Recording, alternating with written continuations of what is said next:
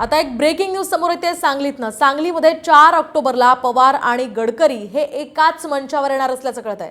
सांगलीमध्ये मराठा समाज संस्थेचा कार्यक्रम आहे आणि याच कार्यक्रमानिमित्त पवार आणि गडकरी हे एकाच मंचावर येणार आहे। कार्यक्रमासाठी सर्व पक्षीय नेत्यांना खरं तर निमंत्रण देण्यात आलेलं आहे अशी माहिती संजय काका पाटील यांनी दिली आहे। त्यामुळे आता या दोघी नेत्यांच्या भेटीमुळे एकाच मंचावर येण्यामुळे काय राजकीय समीकरण बदलतात ते पाहणं अतिशय महत्त्वाचं असणार आहे।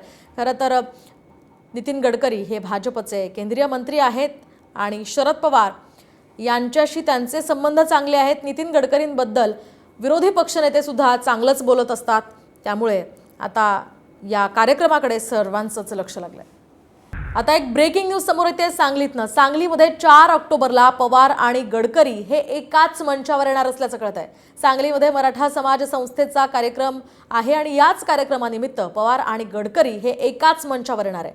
कार्यक्रमासाठी सर्व पक्षीय नेत्यांना खरं तर निमंत्रण देण्यात आलेलं आहे अशी माहिती संजय काका पाटील यांनी दिली आहे। त्यामुळे आता या दोघी नेत्यांच्या भेटीमुळे एकाच मंचावर येण्यामुळे काय राजकीय समीकरण बदलतात ते पाहणं अतिशय महत्त्वाचं असणार आहे। खरं तर नितीन गडकरी हे भाजपचे केंद्रीय मंत्री आहेत आणि शरद पवार यांच्याशी त्यांचे संबंध चांगले आहेत। नितीन गडकरींबद्दल विरोधी पक्षनेते सुद्धा चांगलंच बोलत असतात। त्यामुळे आता या कार्यक्रमाकडे सर्वांचंच लक्ष लागलंय।